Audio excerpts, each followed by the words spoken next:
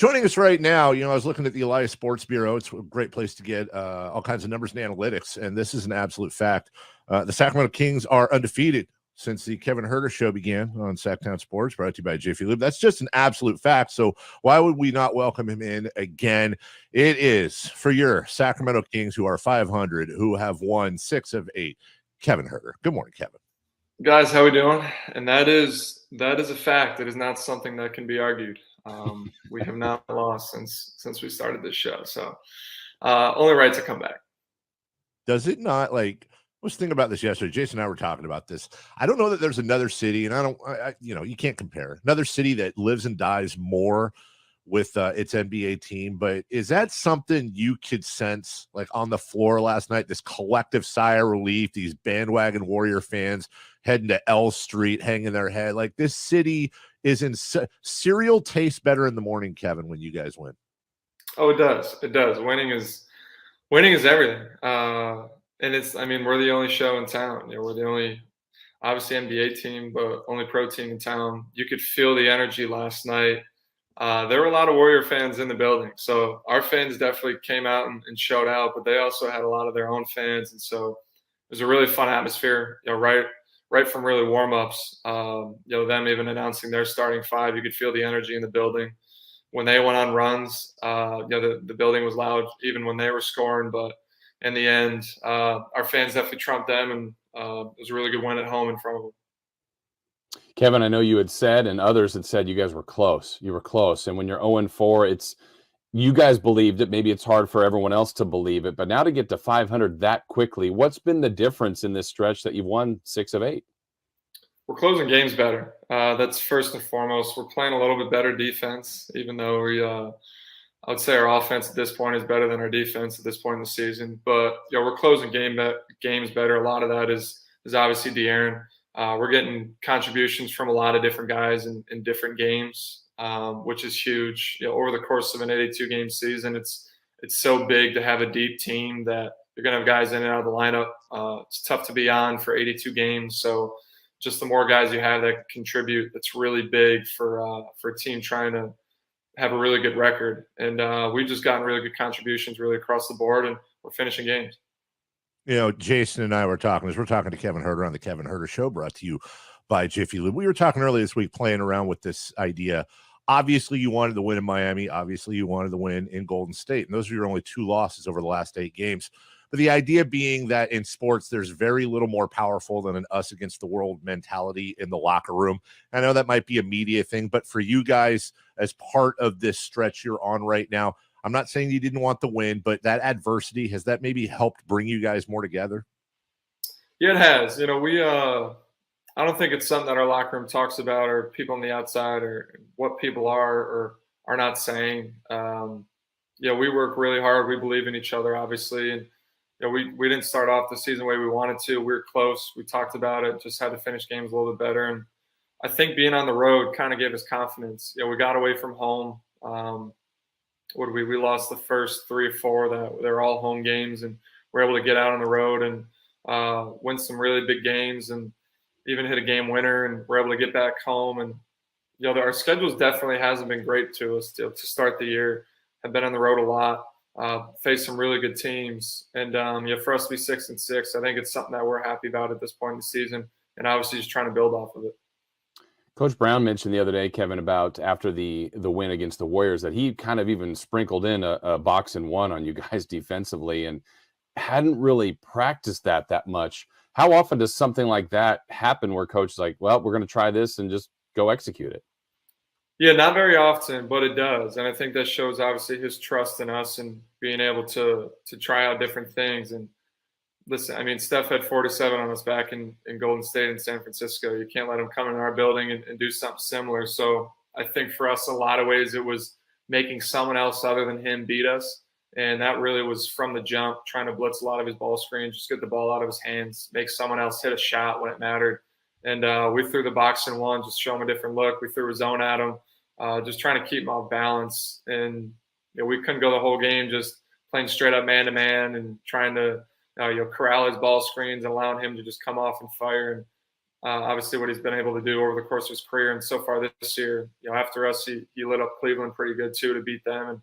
And our kind of mindset going to last game was like, we're going to lose. It's not going to be by that guy.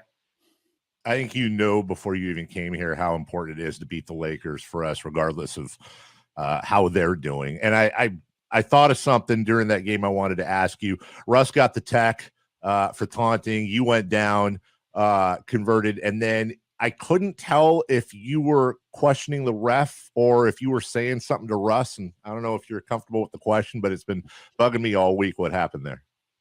It was a little bit of both. You get in the mix of a game, a lot of emotions going through.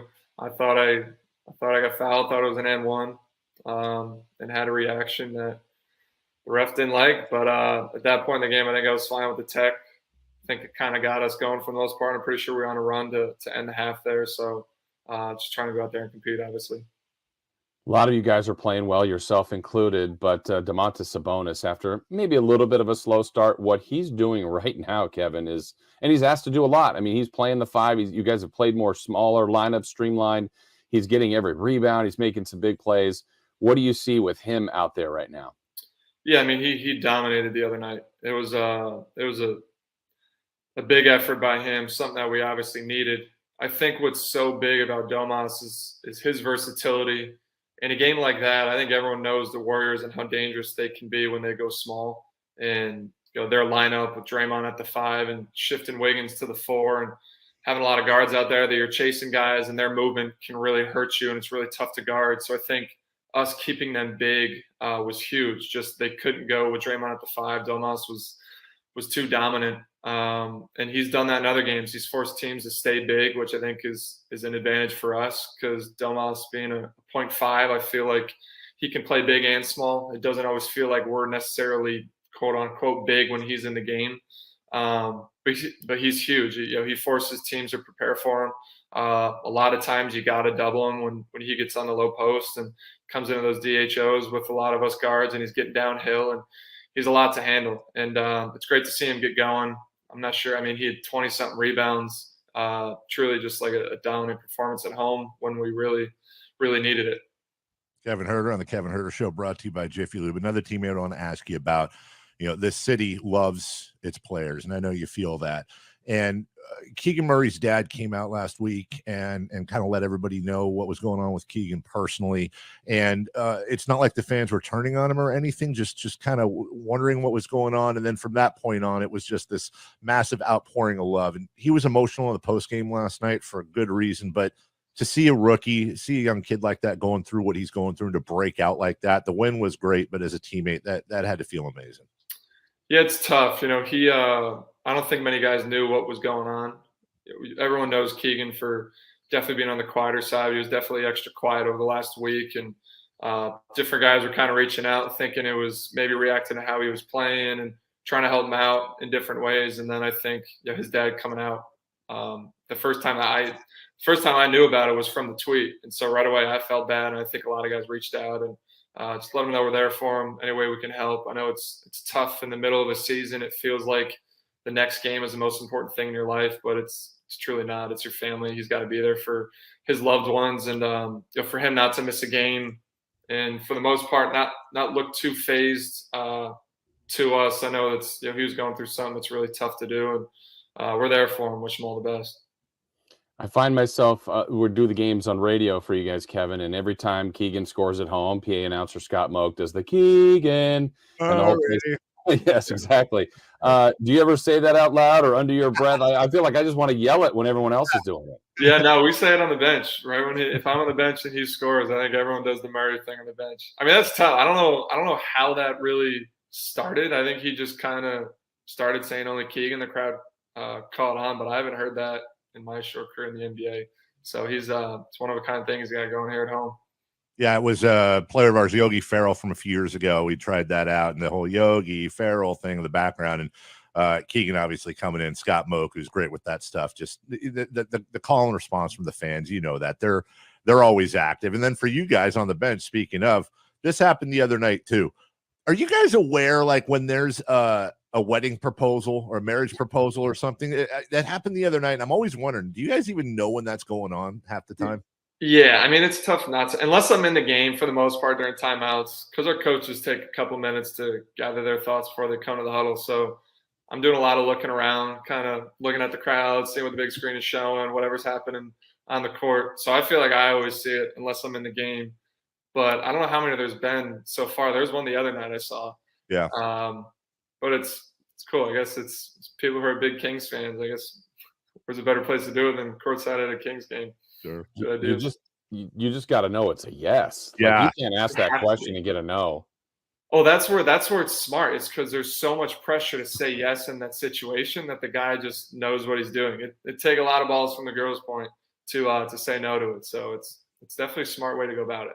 I mean, this never happened. I've been married forever, and no one would ask me to marry them. But if I was asked, I feel like I would say yes, even if I didn't want to, and then say no. I don't think I could say no in front of all those people. No, you can't. I mean, you can't walk off the court getting booed. Because the worst part is that I feel like the guy wouldn't even look bad. It'd be you that would look bad. It'd be like, how can you say no to him in this situation? So right away, it falls on you no matter what. So you're saying yes for sure. Then maybe behind closed doors, you're like, maybe let's wait a little bit longer. Right. All your games are on TV. You guys get a ton of exposure, but nationally televised with Brooklyn, TNT. I don't know, any more for you, for the guys on that? I know it's another game, but feel any different, any special to be on TNT? I actually had no idea it was our TNT game, and I went in yesterday morning for treatment, and Domas was talking about us, saying, hey, yeah, we got our first nationally televised game against the Nets coming up, and it's kind of like, I think me and Malik had kind of paused, like, wait, it's nationally televised? And truth of the matter is, if we keep winning, or the more we win, there's a greater chance that they'll kind of switch and put more of our games on TV. So as long as we keep winning, I think the exposure will continue to go up. But that's first and foremost. If they're not going to put losing teams on TV, so we got to win. It's going to be a really good matchup, really fun, and it's a good team coming in here looking for another win. Speaking of Domas, Jason and I did an interview with him about 3 weeks ago, and he goes, yeah, hey, I'm in the ice bath with Davion, and I forget who the other player was. And it's like, how big is this ice bath? And, it can fit quite a few people. I've seen the ice baths. They look incredibly intimidating. I'm also not a world-class athlete. Is that something you forced yourself to do before? And how insanely hard is it to get in there? You have to do it. It was something that we were actually forced to do this in college. So yeah, I went to Maryland. Our strength coach was the guy that oversaw that, and he would come and stand in the ice tub room, and he would watch, make sure guys were doing their 12 minutes. So you got used to it pretty quick, and then it's something that the way your body feels after, and the next day you start to fall in love with how you react to it, and so you want to do it again. The first couple of minutes suck. It's really the first and second minute, and then once you go numb, you're good. So it's something that you get used to. Is the worst part about getting in exactly? It's a family show. Is it exactly what I think it is? And do you go right in, or do you kind of inch in? The worst? No, you got to go right in. But the worst part are your toes. Like you got to put the toe covers on. If you go in a cold tub, like the only thing that hurts after 5 to 6 minutes are your toes. So you wear like these toe covers, they're wetsuit material, and that takes it right out. So other than that, you're really hanging out. And then you get guys like HB who turn on the jets, and it makes it even colder. But I'm like me, I'm going with the still water. Was it like torture? Dude, seriously. Was he permanently numb?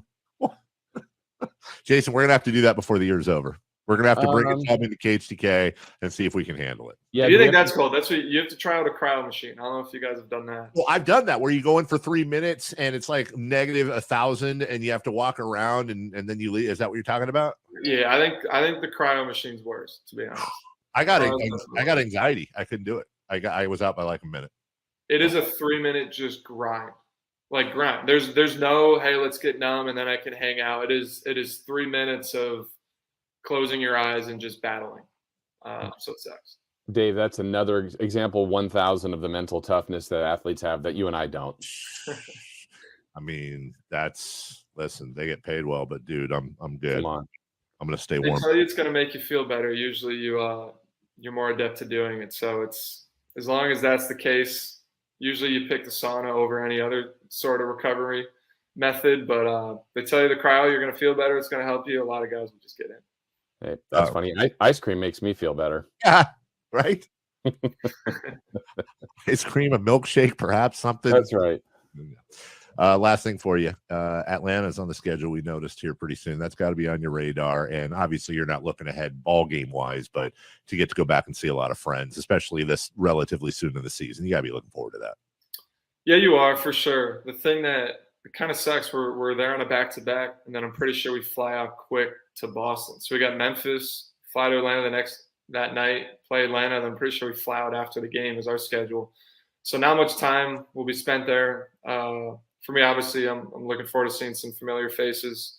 Could see some old teammates and compete against those guys. It's definitely one that's circled on the schedule for sure.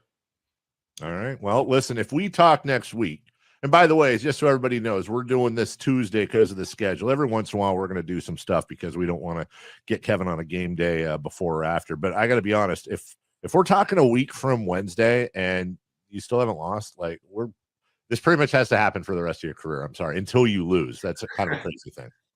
We're 6-6, so that'd be 76-6. I think that would get us in the playoffs. Probably a 1 seed. Would that do it? Probably a 1 seed. Let's just stick with it then. For the time being, we'll just stick with it. Yeah. One game at a time. Good Lord, when we can help the ball club and all that. Kevin, it's awesome. You guys are doing fantastic. Thank you so much, and good luck to you in the game. Good luck against Brooklyn. Beautiful. Thank you, guys.